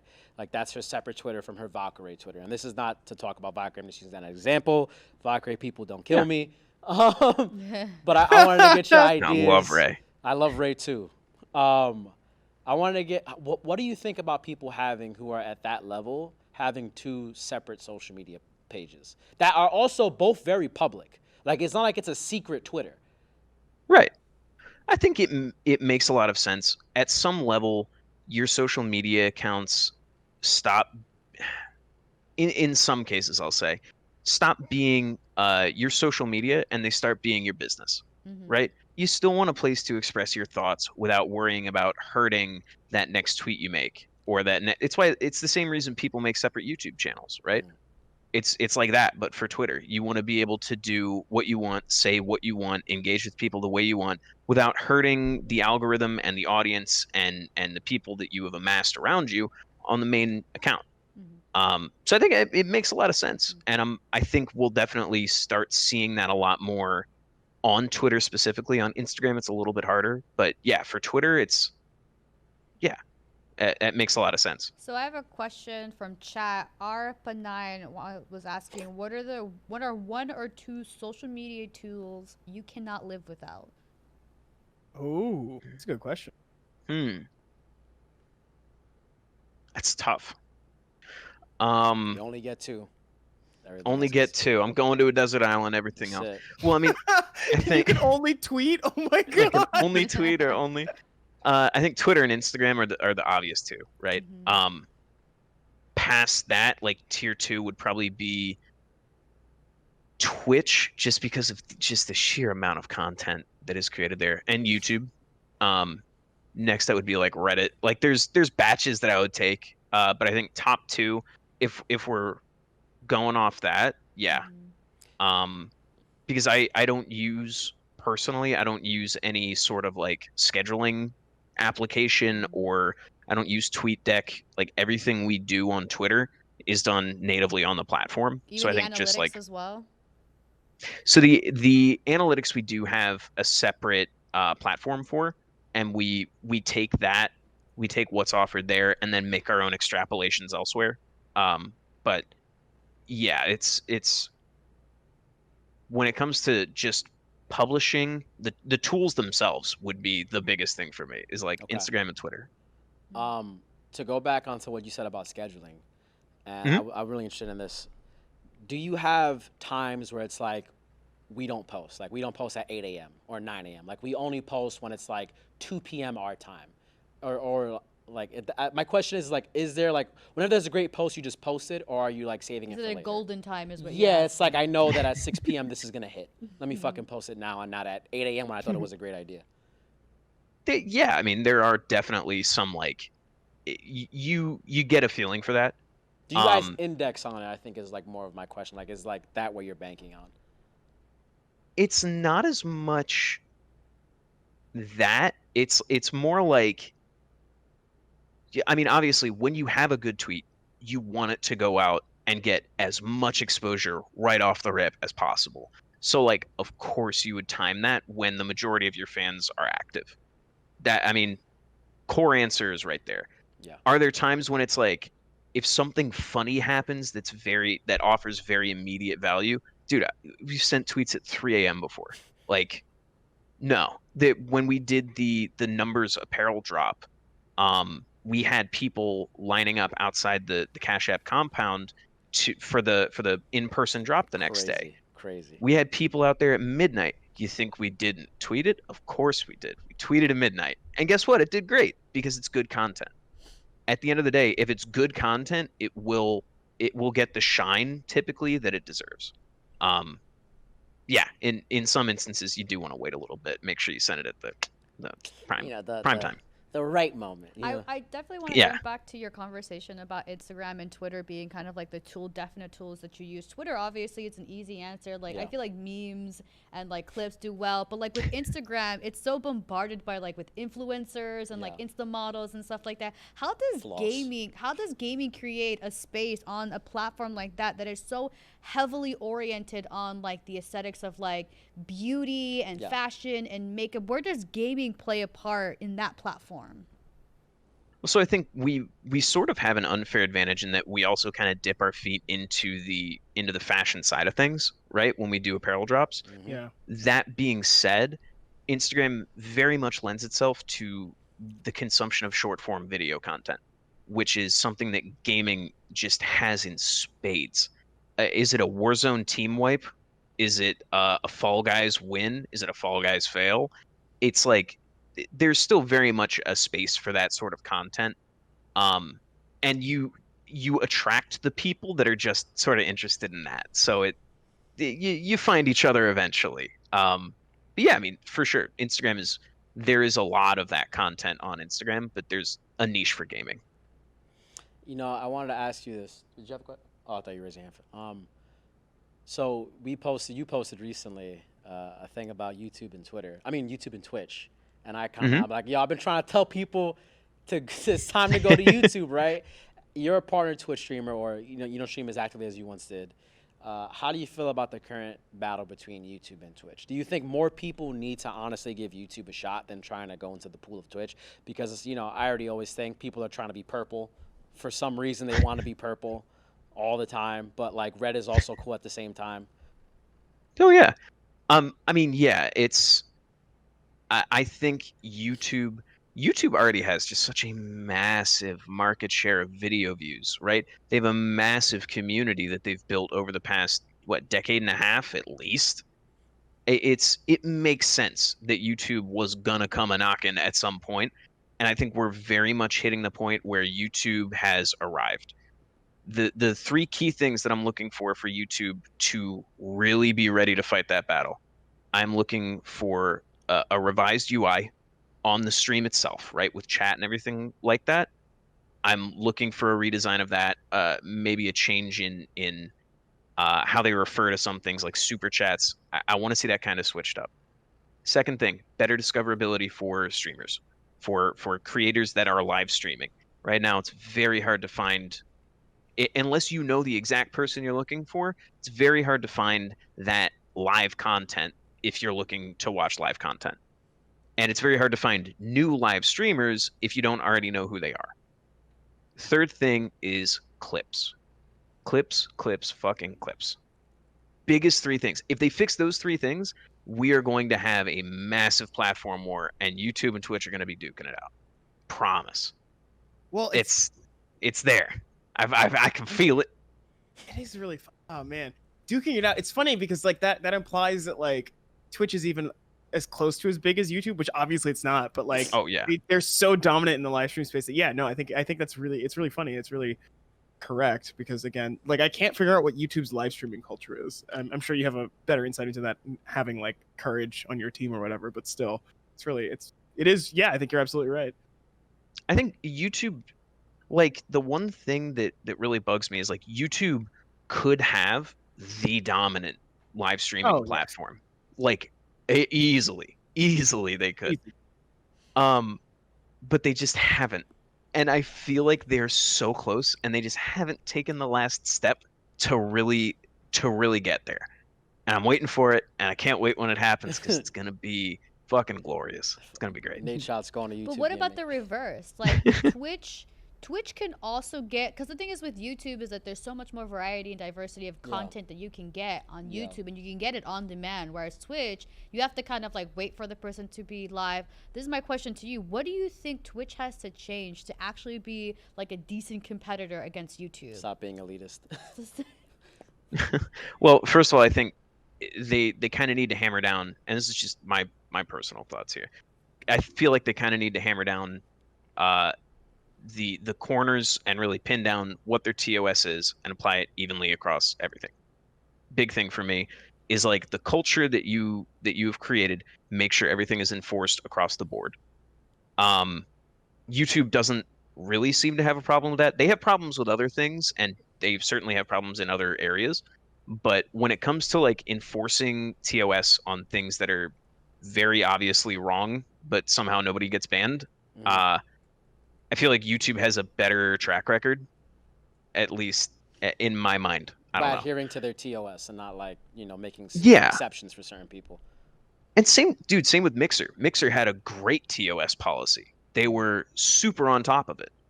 And it was kind of a shame to see him go, truthfully, Yeah. because I felt like they could have really competed. But no, the other thing that I think Twitch needs to do is really flesh out and maybe even spin off, if needed, their video on demand like whole platform. Because right now I don't get the feeling that VODs are monetizing super well. Like, I don't think there's a lot of value there for Twitch yet. When value gets created there for Twitch, when they start monetizing those well, when they start building in better search functionalities and start pushing them a little bit more. We've already seen the change to their UI and changes to like channel pages to really start showcasing more VOD content. When they start figuring out where that line is, I think we'll see Twitch start competing in the VOD area, which is not a place that YouTube is used to be challenging or used to being challenged. As we're getting down to the wind down of this, it's already 12 a.m. and people get robbed in New York at this hour. I want to bake this in with one question from me, because I've been waiting to ask this to your face for a while. Boy. Buddy. Oh boy. All right, we had a little bit God. of breaking up. Charmander versus Agumon, and I'm of the opinion that Agumon is the GOAT and Charmander is highly overrated. And I know you're a Charmander stan for some apparent reason. I just want to ask you why, and how could you disrespect the T-Rex when comparing him to a salamander? Look, bro, you are entitled to have that very wrong opinion. That Agumon, it's yours to hold and yours to cherish, my friend. But no fucking shot. No fucking shot. Like, never. Charmander, cute, cuddly, adorable, not a weird dinosaur with odd proportions. It's very clear he's a lizard with a little bit of fire on his tail. Not a lot. He can cook a burger, he can make that happen. He's still very lethal. He still poses a threat. Is he? In Because battle. when there's rain, he has to cover his tail because he can die. Is he lethal? That was, yes, yeah. It's like saying a gun doesn't work if it's covered in sand or something. Like, yeah, it's still lethal, bro. Like, what? Yes, Charmander all day. All right. It's so easy, Hold and the on, color hold palette on. is just. The color I want to go palette? ahead and say, I think Agumon Brolic, big head, weighs dinosaur. weighs 20 grams. Am I reading this right? I'm on the It's- Digimon. If you go by, they weigh by data. Yes, they weigh by data. It's like a data thing. It's a weird weighing system Digimon does. I think a see. follow up to Or this, digital right? monster. Who digital the monster. fuck weighs by data? It's the Seagate doesn't even digital weigh by world. data. What are It's you true. I talking mean, about? Yeah. Oh fuck! I remember that theme song. It just came into my brain. I hate that. Digimon, Digital monsters. All right, so you know what? I just got two more to add to that then. All right. Evolutions. You mean to tell me that Charmander has better evolutions than Agumon's evolutions? From Greymon to War Greymon? What? Do they have What? cards that sell for houses? Yeah. Yet? Yeah. Charmander Hold- wins the evolution Hold on, battle. hold on, Like, hold how's that on, a hold on. fucking? You're using nostalgia. That's not fair. Ice cold. Ice cold. How is that a question? You got played, Gabe. I did not get played, all right? Yeah, Bro. you got played, bro. Wait, Bro, look. you got played. It's Pokemon Just let it stands go. out here. These people are holding back great content. Digimon is Pokemon with an actual story. Digimon is hasn't been great since 2002, my Bro, dog. Like, what are you? Watch it. Watch. Do you remember Digimon Where? movie? Digimon movie was Literally, fire.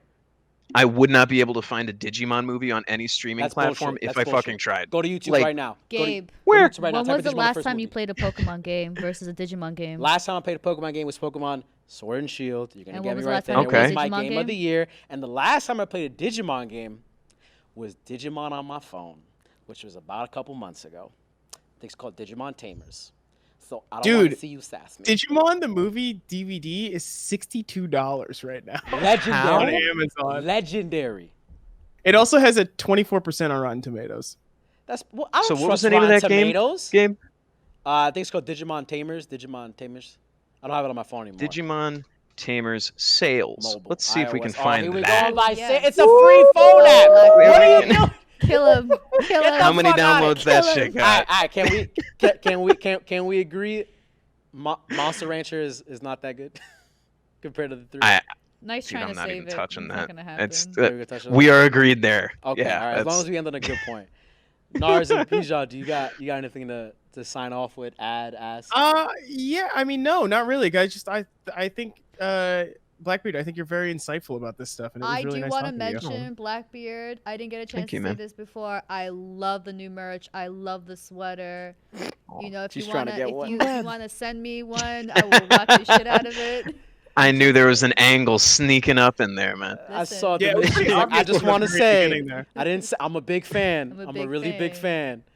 But you know, it's hard to find. I'm gonna be honest with Yeah. you. It's hard to find gaming merch from esports teams That's that nice. actually look freaking good. Yeah. And I hate that because it's always the same basic jersey. Yeah. It never fits well, never cuts well. But it's like 100 Thieves. Like I like just looking at your Instagram. I follow you on Instagram.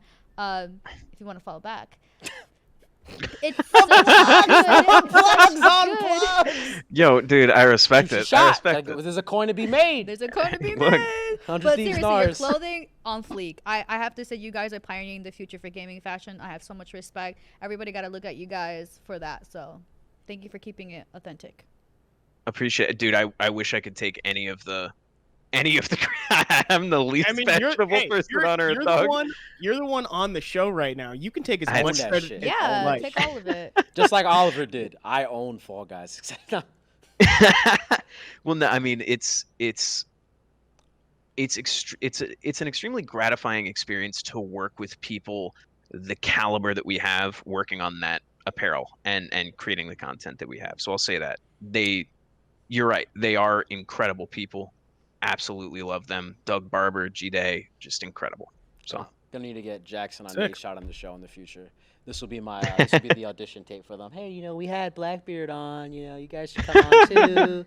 It'd be great. Yeah, if we could have Ray on, that would be Oh good, too. no, don't do that. Let's I do a can't- whole I round can't- table. I can't Yeah, talk fuck it, about 100 it. Thieves. You guys, I'll you know, start blushing. Blackbeard, 100 come Thieves back. round table. Round Blackbeard, table. come back anytime yourself. So you don't even have to bring anybody else. But I feel like, Bring a cutout. yeah, Bring a kit. Yeah, dude. I'll find one of them cardboard and 8-shot cutouts we have. There you so- go. mail one to Gabe. Just- We'll Yeah, love we it. should throw it in the studio. See that purple closet behind them? Throw it in Oh there. yeah. He would look real good. Good little photo op. We're good. Blackbeard, do you have any closing thoughts, remarks, where to find you, etc.? Anything people should be looking forward to?